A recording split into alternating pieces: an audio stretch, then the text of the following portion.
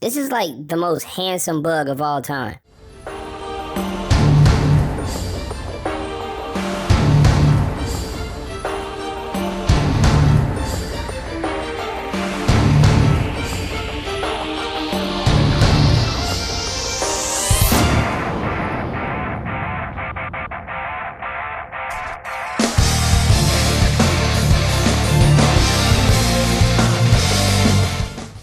And we're back.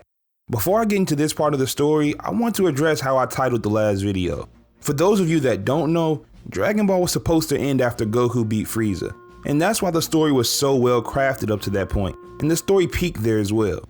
Akira Toriyama himself has stated that writing Dragon Ball took a toll on him after that point. It wasn't like he ran out of stories to tell, as we see he still has a big role in the plot of Dragon Ball Super.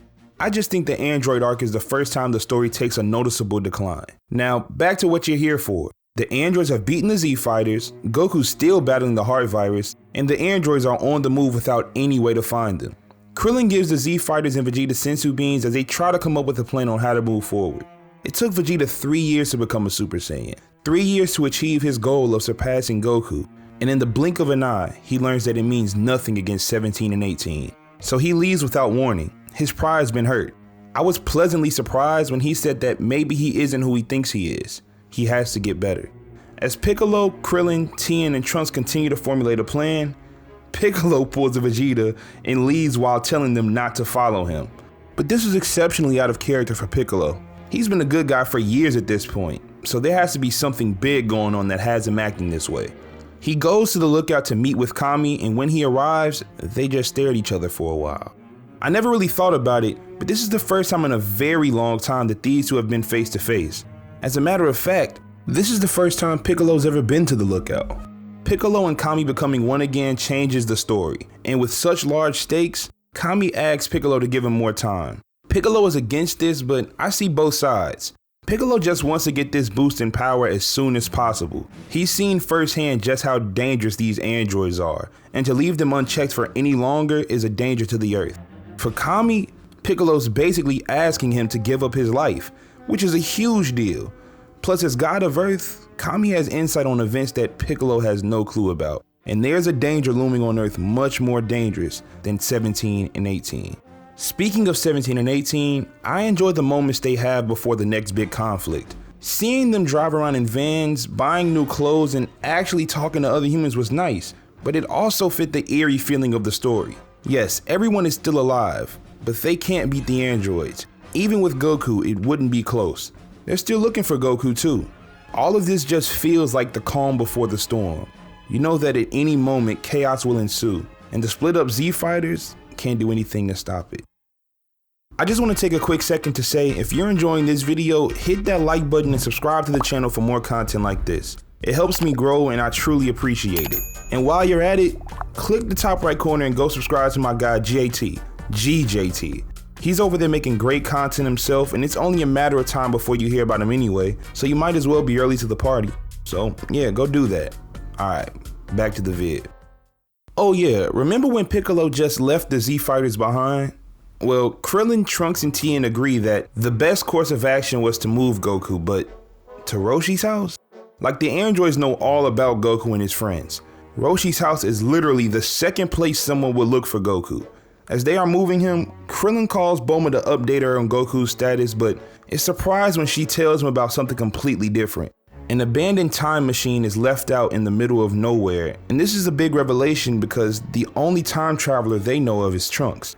The only time machine Trunks uses, he has. But when she sends a picture of it, there's no mistake about who it belongs to, or who it belonged to, because it is a complete wreck. The cover has been melted and it has moss and dirt all over it as well, signifying that it had been there for a long time. What a beautiful introduction to the character of Cell. This takes the eerie nature of this arc to a whole new level. The Z Fighters are already dealing with the issues the androids bring, but now our protagonists have to possibly deal with another time traveler? I mean, at least it explains why things are so different in the main timeline. Trunks believed that by coming back and leaving quickly, he wouldn't change anything. Gohan and Trunks go to inspect the machine and Bulma meets them there. They find an egg or something in the seat of the time machine. Then they find the gross dead skin of what looks like a bug. Mind you, this thing is huge, it's much bigger than a human. This entire section of the story was airtight. At the same time Gohan and Trunks are investigating this new time machine, Kami is on the lookout, shook. Not even he knows exactly what this new threat is, but he does know it's been on Earth for 4 years, and it's multiple times more dangerous than the androids. He assures Piccolo that he will fuse with him, but not before he can identify exactly what this new threat is. After this, we see Bulma watching a news reporter saying that the entire population of Ginger Town had vanished. Not murdered, but that they couldn't be found. Then everyone at Roshi's house watches the news to find that the people of Ginger Town are missing, but their clothes are still there. The on-site reporter is talking normally until something causes him to stop. He screams as loud as he can, and then the broadcast cuts. I love how we witness each party find out more and more about this new threat and order. Gohan, Trunks, and Bulma find the other time machine and hatched bug thing. Then Kami states that this new threat has been on Earth for 4 years. Then Bulma hears that 15,000 people went missing. Then those at Roshi's house see the 15,000 people that went missing. And finally, Kami decides that it's time to fuse with Piccolo because things on Earth are getting out of hand. This part of the story was crafted so well, it makes me kind of mad because we get to a point where things take such a big shift and not in a positive direction. It would have been interesting to see how the story would have played out with this same structure and eeriness, especially considering that the pressure on the Z Fighters winning is now greater because there are no more Dragon Balls. Piccolo makes his way down to Ginger Town to find this new threat. We get to see this thing's shadow in an alley as he approaches Piccolo, and in the anime you hear something dragging on the ground. The new threat comes into the light, holding a human, and this looks gross, but it's definitely fitting of an eerie threat worse than the androids. So as disgusting as this creature looks, it's perfect. Before Piccolo and this thing can even have a conversation, it proceeds to drink the human with its tail. And just like the rest of us, Piccolo is not only disgusted, but horrified. We've never seen anything like this before in Dragon Ball. Then the thing starts to power up, and all of the Z Fighters can sense this large power level, but everyone is sensing something different. Piccolo demands answers, but he can't get them that easily. He's gonna have to beat this creature in a fight, which he kinda does, kinda doesn't. When they fight one-on-one, Piccolo clearly has the upper hand, but when civilians get involved, the creature catches Piccolo by surprise and drinks his arm. Thinking that Piccolo is compromised, this thing tells all. He's an android from the future created by Dr. Gero named Cell. His goal is to absorb androids 17 and 18 in order to achieve his perfect form. And this is where my first big gripe with this arc occurs. I want to start by saying I think it's a very cool idea now that the Z Fighters have to protect the androids that nearly killed them not too long ago. Because if Cell gets to absorb those 2 androids, no one will be able to stop him. Alright, that's good. The negative about this is that Perfect Cell ruined what I thought was a fantastic character design and concept. Cell's original appearance and voice made it much more fun to root against him. He truly felt like a sinister character. Now the next part of this video will go kinda fast because there's a lot that happens that isn't necessarily worth going in depth on. If I broke down each situation, this video would be way too long. Trunks and Krillin go to destroy the lab that holds the main timeline cell. Goku gets better and speaks of reaching a level beyond Super Saiyan, and then tells Vegeta and Trunks about the hyperbolic time chamber. Trunks and Vegeta go in first, and then Goku and Gohan will. It's a great way to add tension to the story. At this point, the Z Fighters don't necessarily have to beat Cell or the other androids, but just prevent things from getting worse before the Saiyans finish their training. That doesn't work though. 17 and Piccolo have about as even of a one-on-one battle until Cell shows up.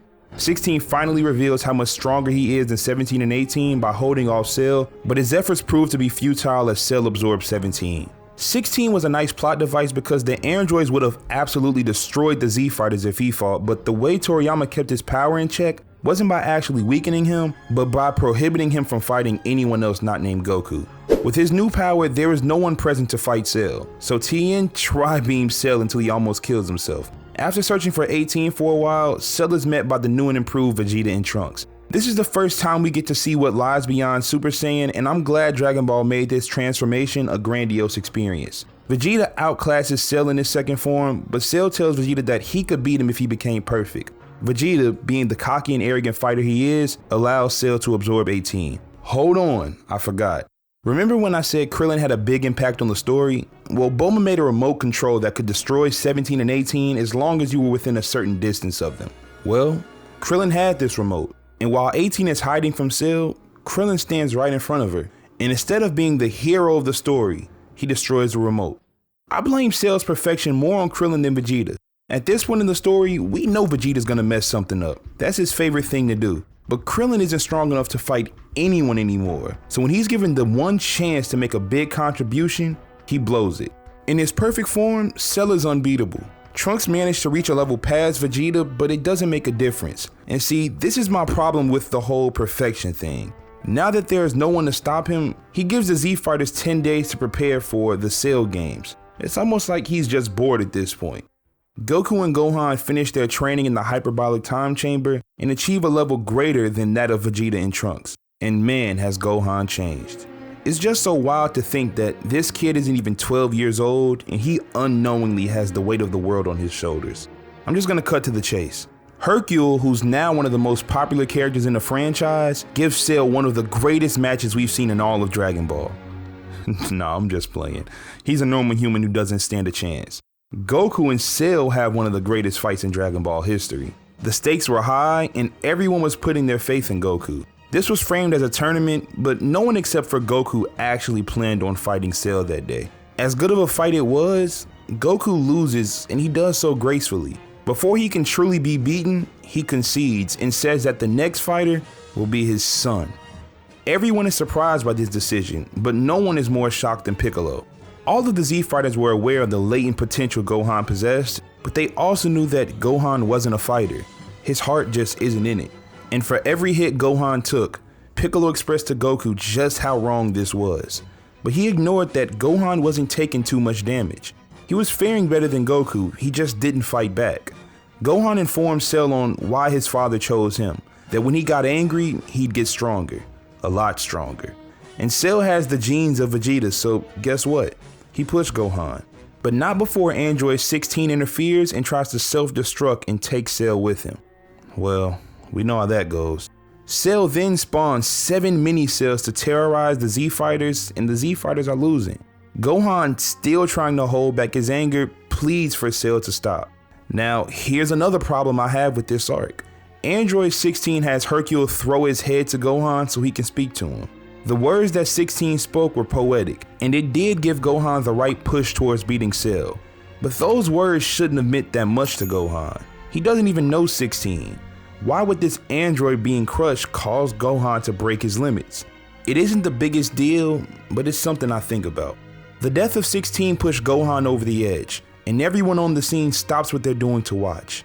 Throughout this entire arc, no, throughout the entire franchise, there was such an emphasis put on, we need Goku. I love how the answer was Goku, passing the torch off to his son. This is what the entire fan base has been waiting for. Those short bursts of power are a thing of the past. Through an 11-year-old, we witnessed the peak of a Saiyan's power, and it is...